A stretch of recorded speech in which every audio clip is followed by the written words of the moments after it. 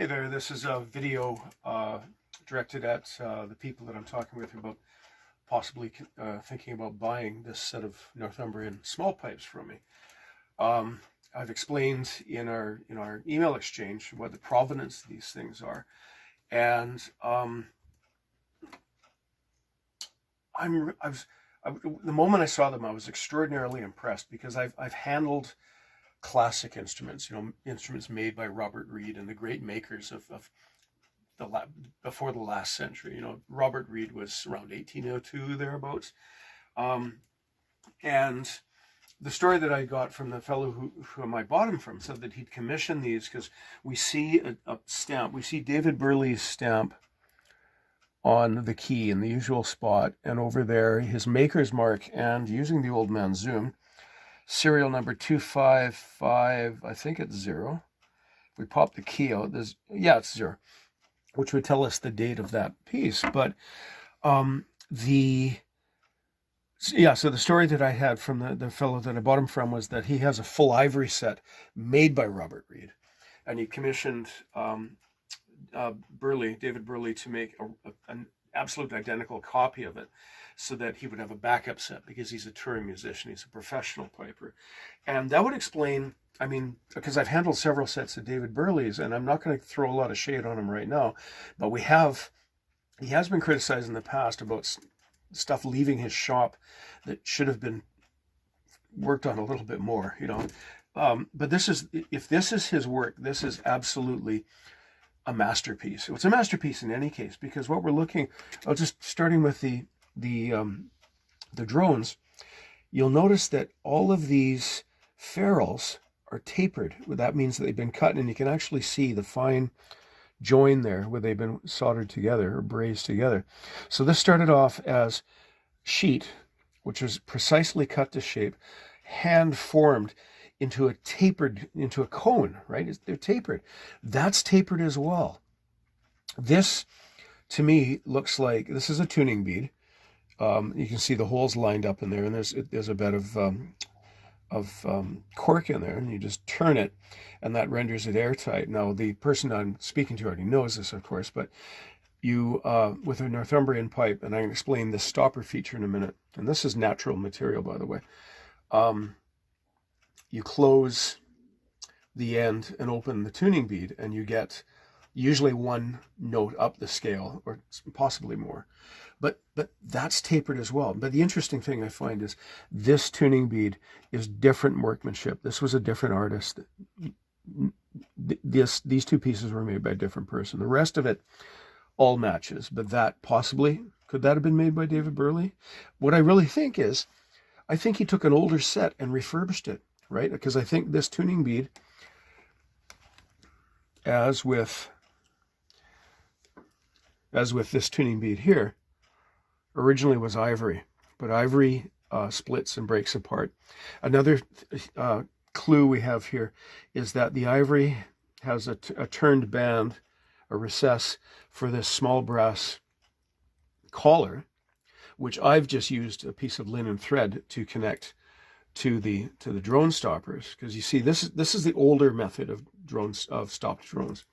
Later on, we see this style. This is a set by Colin Ross, where you've got a plunger. Pull open the plunger, air escapes, the note comes out there. Open and close the plunger.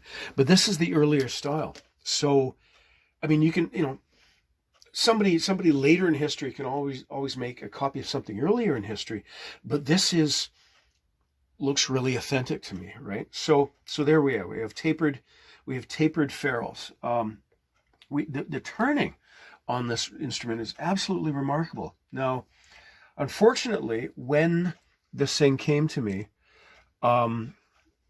the reeds which I'd bought with the instrument were damaged in shipping.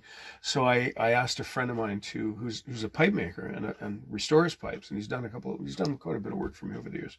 I asked him to make a set of reeds, and the reeds that he's made are, as we see here, what we call a composite reed. We have a brass body, and in this case, a polystyrene tongue. And you can see he's added with a bit of super glue. I guess he's added just a fragment of brass just to weight down the tongue a bit, which we do to flatten the note, right? So yeah, beautiful workmanship. But the sound, which you'll hear in a minute, because we'll have to do a part 2 of this, the sound that you're going to hear with these things is a bit loud to my taste. But on the other hand, if this is a historical instrument, our ancestors had a different idea of what the ideal tuning was. I had a set, I used to play a set of early Egan. I think it was Egan pastoral pipes, and the Irish pipes, and the drones were quite a bit louder compared to the chanting that we commonly that we now find tasteful. But possibly this is accurate at the time. But a great deal of work can be done to change the tone of the drones, either by using cane, like a full cane, or, for example, changing out this polystyrene, either using a different weight of polystyrene or changing it out to cane. We read in Cox and Bryan's book that the drone reeds, which they called quills, I think, if I can read it, if I'm probably not pronouncing it correctly, they actually used a thin sheet of brass, which I can imagine was quite strident in tone. But the blowpipe connecting pipe is, what we have is a Morse tapered end and a piece of pipe. And this was made for me by the late Nigel Richards of Garvey bagpipes. Because what I do is with just about all of my various pipes, I have the same, they're interchangeable with the bellows, right? So tapered plug, and this is the pipe that he supplies, and it's basically radiator hose. That's fine. I will include this pipe, which I like better. This is supplied by Napibriilin, the Pipers Club in Dublin. You can buy them online, but I'll throw one in because I have a few extra. Because, of course, when you're playing these pipes, or any bellows instrument, the length of the blowpipe is critically important. If it's too long, it's pushing against your pipe, or it kinks. If it's too short, the nozzle will pop out of the drones. So there's the pipes. It's also got the original bag as sewn by Burleigh, and it's still absolutely tight. You can feel the dressing, the neat's foot oil and the beeswax has come through, but that's pretty much typical. That's why we have bag covers, is to protect your clothing against the lining. Now, the only thing that I'm not ecstatic about are the bellows, because this pipe did not come with a set of bellows. So I seized my opportunity, and this set, I bought a couple of sets on eBay. This set is also made by Nigel Richard of Garvey Bagpipes, but very early in his career, because these clappers, the boards, I believe are made of, they might be made of medium density MDF, medium density fiberboard, or, although we're seeing some wear here, because this drone, bellows has seen considerable use, right? I believe, yes, it is actually sewn, which is a great endorsement in my eyes, because I much prefer sewn bellows over nailed bellows. So it's sewn. So this might actually be wood, but the point is that the bellows cheeks they're rather thick. It's rather heavy. It's rather clunky. But I know a friend who can actually power a set of Highland pipes with these bellows. So these things, you could power a blacksmith shop with these things. These really put out the air. They're just not as elegant as the rest of the instrument. But I usually tell myself, if it's ugly and it works, it's not ugly. So let's, the cameraman might want to rest his arms for a minute.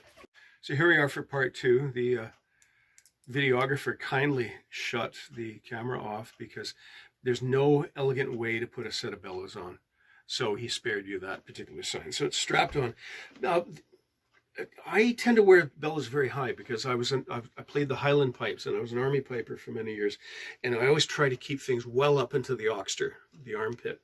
Many people wear their pipe, or their bellows, I should say, fairly low down. Some people actually have it so low down that the strap is on their forearm rather than their upper arm. I just never got into that. Okay, so I'm going to connect this in. The great thing, the one thing I do love about these bellows, though, is because the hose is attached to the instrument rather than to the bellows, because so many bellows bellows for pipes have a nozzle and then the hose is permanently attached, and it makes it much it limits you about what sort of pipe case you can carry around in, because instead of being about 4 inches thick, when it's got the hose attached, you've got like 6 inches or so. So I'm just going to hook this thing up into the bellows. Now the bag is absolutely tight. There's a little bit of air escaping because we notice here on the small drone that the hole in the end is worn a little bit elliptical from wear, from the shut-off pin being taken off and put it on again. And that to me indicates age, because that is more than the very, I'm not sure how many years the previous owner had this pipe, but that's indicative of a long, many hours of playing, and possibly more than one player's career. I may be just exaggerating things a wee bit there, but he's still alive, he's still playing. I don't know the exact dates that he owns this thing, but that's a lot of wear. That's more wear than I would expect to see for the length of time that he had the things. Now, this pipe, this chanter, doesn't have what we call the split stock like this one. And in this Colin Ross pipe, we have the chanter, we have a stock which protects the reed, and then we have the actual stock which is tied into the pipe. So this thing comes off and protects the reed. This doesn't have that. But again, if the story is absolutely true, and he was making a remarkably accurate copy, a remarkably faithful copy, then sure, because they didn't have split stocks back in the day either. I should point out, again, the turning on this is beautiful. Once again, the turning on the foot of this chanter doesn't match the only other turning that I identify as being Burleigh's. So again, that looks older to me, right? The ivory foot does come off, and that's a good thing, because sometimes you want to put what we call a tuning rush up the chanter, a wire or a feather. Oftentimes you'll get a great deal of change of effect by just putting a dab of cotton wool in the bottom of the thing. It's all about adjusting the chanter to scale. Now this is where things go a little bit adrift, because as I said, I'd asked my friend to make a set of reeds for me, but he didn't have the instrument with him, so he made me a generic set of nominal F, shall we say, reeds. So he wasn't able to match the reed to the chanter, the drone reeds to the drones, and as I said, the reeds that Mike Sharp made are sitting there. These reeds are also composite reeds, and you're going to hear them in a second. These are composite reeds, but with a cane tongue and a brass body. So first we're going to hear the chanter, because for reasons that are absolutely mystify me. See, there's our reed, and I can suck. You never ever put this in your mouth. You never blow through it, because the moisture in your breath will cause the reed to distort and crack, because these things are so delicately shaped. If you get a good reed, these things can last your entire playing life. I know one piper who's got a set of coin pipes that were made in the 1840s. One of his regulator reeds was made in 1910 by one of the Rowsums, and it's still playing. That's how long these reeds can last. So the reed works fine. The chanter, I did replace the pads. They're all leather pads, and I replaced each pad. The springs all work, right? They return nicely. So, and as you can see, it's airtight. I mean, I can put a lot of pressure through there. I'm putting far more pressure than is the normal playing pressure of a pipe. And I'm getting no discernible leaks. So why is it then that when I try to play the chanter, the top end sounds okay? Now again, I'm just, I did mention that I haven't played these in years, and my fingering is rubbish. Why are you making sound? Well, it's because I opened you. Hold on. There. So So you can see the bag's tight. Right, we're getting a little bit of leakage right from there, but I'm only getting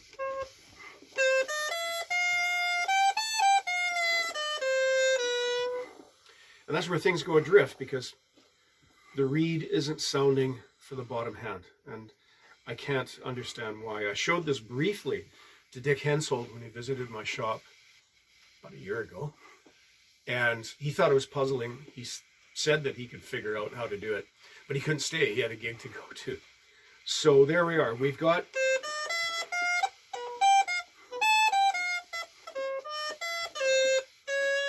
and my incidental key in the back is sounding true.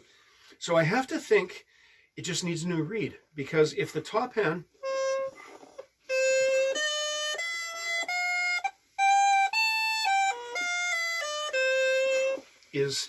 sounds well, I mean, that's a really nice tone, and they're all in tune with each other. We're not getting any weird notes.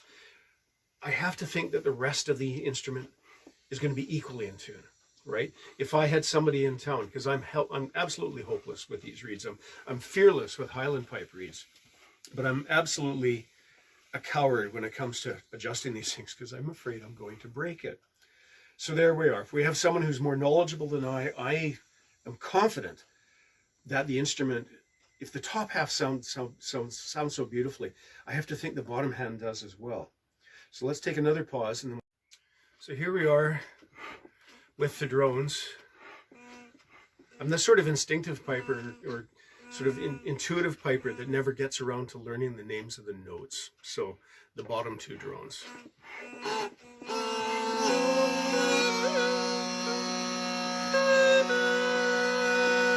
See, and that's about in tune with what I would call the four-finger note, with my index finger raised. Oh, look at that. I'm starting to hear the bottom end.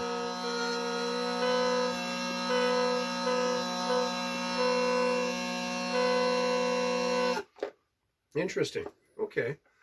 Maybe because these things have been sitting so long, and I'm thinking with my mouth, which can be dangerous.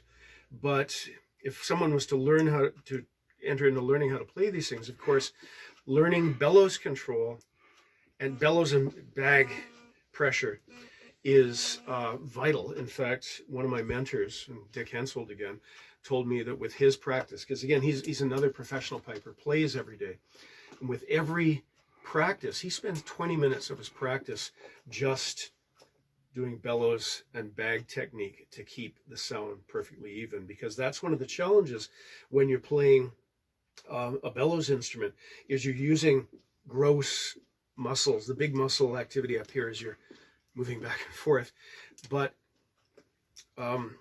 your forearm and your fingers have to be as relaxed as possible. So it's an exercise in isolating muscle groups, and I have an interesting article about that which I can send you if you want. So there we are. It could be that in the start of learning how to play this instrument, even before getting onto the chanter,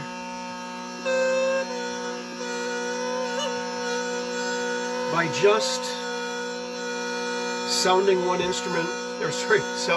note on the chanter, as you came to terms with the bellows and the bag, that perhaps it will, for want of more technical jargon, sort of reawake the chanter reed, as it were. Perhaps that it needs air flowing across it. I'm making this up as I go along here, because I really don't know, but I just noticed, just from observation, that where a note wasn't playing a few minutes ago, it's playing now. So there we are. So there's the instrument. As I said, I will include the Napibadilan connecting tube, and there you go. Realistically, I think if you can take them to somebody who's knowledgeable about Northumbrian reeds, there's Dick Hensold up in Minnesota, Mike Sharp's out in California. That's a little more of a commute, but if you can take these to someone who's knowledgeable, I would be astonished if you couldn't get a really well playing set out of this.